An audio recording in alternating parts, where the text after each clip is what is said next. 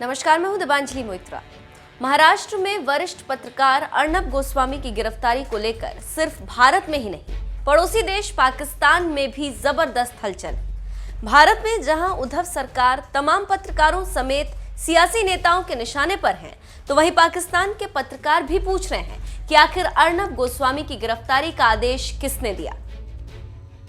दरअसल महाराष्ट्र की उद्धव सरकार में रिपब्लिक टीवी के editor in chief Arnab Goswami को बुधवार की सुबह ही गिरफ्तार कर जेल में डाल दिया था। उन पर साल 2018 के एक केस में खुदकुशी के लिए उकसाने का आरोप है। इसी सिलसिले में अर्नब गोस्वामी को गिरफ्तार किया गया तो भारत में जबरदस्त गुस्सा देखा गया। बीजेपी अध्यक्ष जेपी नड्डा ने तो यहां तक कह दिया कि अर्नब गोस्वामी को गिरफ्तार करना ये बताता है कि कांग्रेस और महाराष्ट्र सरकार की मानसिकता किस तरीके से प्रजातंत्र का गला घोटने के लिए उतारू। जिस प्रकार से पत्रकारिता पर अटैक हो रहा है, वह प्रजातंत्र के मूल विषयों के बारे में प्रश्न खड़ा करता है। जिस तरीके से हमारे रिपब्लिक चैनल के editor in chief Arnab Goswami को गिरफ्तार किया गया है, वह बताता है कि कांग्रेस की मानसिकता और महाराष्ट्र सरकार की मानसिकता किस तरीके से प्रजातंत्र का गला घोटने पर उतारू है और आमदा है। मैं इसकी घोर निंदा करता हूं और यह पत्रकारिता प्रजातंत्र पर एक बड़ा भारी आघात है, जिसके बारे में भारत की जनता को आगे जाना चाहिए और इसकी जितनी कड़ी निंदा की जाए वो कम है, ऐसा मैं मानता हूं। भारत के अलावा पाकिस्तान में भी अर्नब गोस्वामी की गिरफ्तारी को लेकर चर्चा है। प्रेस की आजादी के लिए कई गोलियां खा चुके पाकिस्तान के वरिष्ठ पत्रकार हामिद मीर भी अब अर्नब गोस्वामी के समर्थन में उतर गए। उन्होंने ट्वीट कर पूछा है कि अर्नब गोस्वामी की गिरफ्तारी का आदेश किसने दिया। पाकिस्तान के पत्रकार मेहर तरार ने भी ट्वीट कर कहा, अर्नब गोस्वामी मुंबई में गिरफ्तार हो गए, अजीब दिन है। अर्नब के लिए पाकिस्तान से उठ रही आवाजों के बीच आपको बता दें, बीजेपी ने भी इस मामले में आक्रामक रुख अपना लिया। पार्टी के तेज तर्रार प्रवक्ता संबित पात्रा ने प्रेस कॉन्फ्रेंस में कांग्रेस पर जबरदस्त हमला बोला। उन्होंने यह आरोप लगाया है कि कंधा तो शिवसेना का है, मगर वो बंदूक, बारूद और सारा कुछ उन माँ बेटे का है जो हिंदुस्तान में लोकतंत्र को खत्म करने के लिए लड़ रहे हैं। बंधुगण, यही वो माफिया सरकार है। माफिया, और देखिए विडंबना, माफिया मां बेटे का जो माफिया सरकार है, इसने केवल प्रेस के ऊपर आघात किया हो ऐसा नहीं। जब इनको फेवरेबल जजमेंट नहीं मिलता है तो ये चीफ जस्टिस ऑफ इंडिया तक को नहीं छोड़ते हैं। They attack on the CJI of India, they move ahead for the impeachment of CJI of India, they call the CJI of India by names. तो ये केवल प्रेस का विषय नहीं है, यह विषय हम में से प्रत्येक नागरिक का है। हर नागरिक इस देश में सर उठा के जी सके और सत्य के साथ खड़े हो सके, यह माफिया होने नहीं देना चाहती है। माफिया लव्स करप्शन, माफिया भ्रष्टाचार को पसंद करती है और जो लोग भ्रष्टाचार के विरोध आवाज उठाते हैं, माफिया उनको दबाने का प्रयास करती है। माफिया हेट्स कॉमन मैन, साधारण व्यक्ति। समीत ठाकर एक साधारण व्यक्ति है, कोई अमीर व्यक्ति नहीं, कोई बहुत बड़े परिवार से नहीं आता, मगर उसके ऊपर काला कपड़ा ढक करके, उसको बांध करके जिस प्रकार आतंकवादी के रूप में एक कोर्ट के सामने प्रस्तुत किया जाता है, और जब कोर्ट उसे बेल देती है तो माफिया उसे पुनः गिरफ्तार कराती है और पुनः काल कोठरी में ढकेल देती है। यह माफिया का चरित्र है। माफिया लव्स ड्रग्स, ड्रग्स का सिंडिकेट खोलना, ड्रग्स का कारोबार करना, यह माफिया को पसंद है। और जो ड्रग के खिलाफ आवाज उठाएगा, जो सत्य के लिए खड़ा होगा, माफिया उसे पनपने नहीं देगी, चाहे उसे घुटने पर क्यों ना लाना पड़े, माफिया वो सब कुछ करेगी। ये कोई पहला मामला नहीं है कि रिपब्लिक के पत्रकार अर्नब गोस्वामी को जेल के पीछे डाला गया। समित ठक्कर को भी जेल में डाला गया था। उन्हें कोर्ट के सामने किसी आतंकवादी की तरह चेहरे पर कपड़ा डालकर और हाथ बांधकर ले जाया गया। समित ठक्कर पर महाराष्ट्र के सीएम उद्धव और कैबिनेट मंत्री आदित्य ठाकरे पर आपत्तिजनक टिप्पणी करने का आरोप है।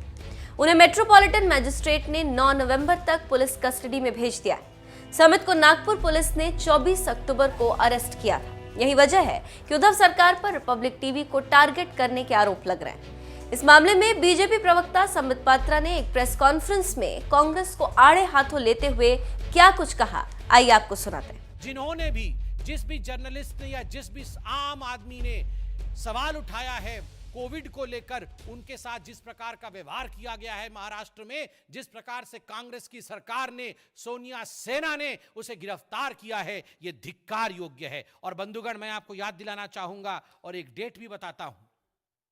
वो डेट है 2019 का है, 13 मई 2019। एक आर्टिकल लिखा गया था, क्योंकि आप कहेंगे हम केवल एक चैनल के लिए खड़े नहीं बंधुगण, यहां बैठा एक एक चैनल के साथ हम खड़े हैं। इसलिए मैं 13 मई 2019 में इंडियन एक्सप्रेस में एक आर्टिकल लिखा गया था निरुपमा सुब्रमण्यम द्वारा, और वो विषय था इंडियन एक्सप्रेस का ही, और आर्टिकल का हेडलाइन था राजीव गांधीज इनफेमस हॉलिडे। उसका हेडलाइन था What vindictive Rajiv Gandhi did after Indian Express covered the story of his INS Virat vacation। आपको याद है जब राजीव गांधी प्रधानमंत्री थे और INS विराट के ऊपर फॉरेनर्स को लेकर वेकेशन पे निकल गए थे लक्षद्वीप के लिए, उस विषय में आप सभी के चैनल ने इसको दिखाया था। आदरणीय प्रधानमंत्री श्री नरेंद्र मोदी जी ने भी इस विषय पर बताया था। मगर उस समय जब इंडियन एक्सप्रेस ने इस विषय को छापा था, तो आप जानते हैं क्या किया गया था इंडियन एक्सप्रेस के साथ। इंडियन एक्सप्रेस के साथ वही किया गया था जो आज कुछ न्यूज चैनल के साथ किया जा रहा है। उस समय राजीव गांधी इस हद तक गए थे कि जुलाई 1988 में Rajiv Gandhi introduced a draconian bill, the defamation bill. Media के लिए डिफेमेशन बिल लाया गया था कि कोई भी प्रधानमंत्री के खिलाफ कुछ लिख नहीं सकता है। यह तो धन्य है, उस समय मीडिया यूनाइटेड थी। You are all united. You stood the ground. You fought against valiantly against the suppression of media, and you came out victorious. आप जीत के आए और वो बिल को राजीव गांधी को विड्रॉ करना पड़ा। मैं 2 लाइन जो इंडियन एक्सप्रेस ने 2019 में लिखा था वो पढ़ के बताता हूं कि किस प्रकार इंडियन एक्सप्रेस के ऊपर अन्याय किया गया था। एंड शी राइट्स, निरुपमा जी लिखती है, For those of us present in the office that day, the manner in which hundreds of armed CRPF and Delhi police personnel took a position inside and outside the Delhi office of Indian Express seemed way out of the proportion for a tax evasion case. Indian Express के office को घेर लिया गया था और इस प्रकार से आक्रमण किया गया था मानो इंडियन एक्सप्रेस का ऑफिस नहीं, ये गोयनका जी का ऑफिस नहीं। आज गोयनका जी के नाम पे अवार्ड मिलता है। हम सब देश के राष्ट्रपति, प्रधानमंत्री सम्मान के लिए खड़े होते हैं रामनाथ गोयनका जी के नाम पर। वो इतना बड़ा स्थान है। इतने बड़े पत्रकार जगत के इंडियन एक्सप्रेस के साथ राजीव गांधी ने क्या किया था, यह निरुपमा जी लिखती है कि रेड करा दिया था। असीम त्रिवेदी, आपको याद होगा, एक कार्टूनिस्ट ने जब कार्टून बनाए थे अन्ना हजारे के समय, उसके साथ क्या हुआ यह बताने की आवश्यकता नहीं है। हजारों ऐसे उदाहरण हैं। Who brought the emergency into this country? आपातकाल को किसने जन्म दिया? आपातकाल के समय बिजली काट दी गई रात को। टाइम्स ऑफ इंडिया के यहां पत्रकार बैठे हैं, बहादुर शाह जफर रोड में उनका हेड ऑफिस है, अगर मुझे अच्छे से याद है तो बिजली काट दी गई थी ताकि टाइम्स ऑफ इंडिया का हेडलाइंस न छप सके। टाइम्स ऑफ इंडिया अपनी हेडलाइन न छप सके और वो उनकी प्रिंटिंग प्रेस बंद हो जाए। पंजाब केसरी, आज हमारे बीच अश्विनी चोपड़ा जी नहीं है, हमारे सांसद रह चुके। अश्विनी चोपड़ा जी ने मुझे बताया है, मेरे मित्र थे, मेरे बड़े भाई थे, उन्होंने मुझे बताया है किस प्रकार का इमरजेंसी के समय उनके साथ और उनके परिवार के साथ अत्याचार किया गया, किस प्रकार उन्होंने कॉलम्स खाली छोड़े थे, बाध्य किया गया। किंतु फिर भी अश्विनी चोपड़ा जी ने कहा हमारे लोगों ने कलम उठाए और लिखा। एक एक पत्रकार जो यहां बैठा है, चाहे वो इंडिया टुडे हो, चाहे वो टाइम्स ऑफ इंडिया हो, चाहे वो पंजाब केसरी हो, चाहे वो नवभारत टाइम्स हो, चाहे वो भास्कर हो, चाहे वो जागरण हो, सभी ने आपातकाल के समय जो सहा है उसके लिए उनकी पत्रकारिता को सैल्यूट है। हजारों पत्रकार अरेस्ट हुए, हजारों लाखों भारतीय अरेस्ट हुए। I call upon the Indians, let not this kind of mafia raj descend upon any state in India which is governed by the mafioso of Italy. ये जो माफियासो राज है, इटालियन में माफियासो कहते हैं, वहां से माफिया शब्द आया है। जिस भी राज्य में ये इटालियन सरकारें चल रही हैं, वहां पर इस प्रकार की गिरफ्तारी ना हो, घसीट करके किसी पत्रकार को बाहर ना निकाला जाए, इसके लिए हम लामबंद होकर खड़े हो, यही हमारी पुकार है। बंधुगण, अर्नब गोस्वामी जी के साथ आज जो हुआ है, यह पत्रकारिता के जगत के लिए एक काला दिन है।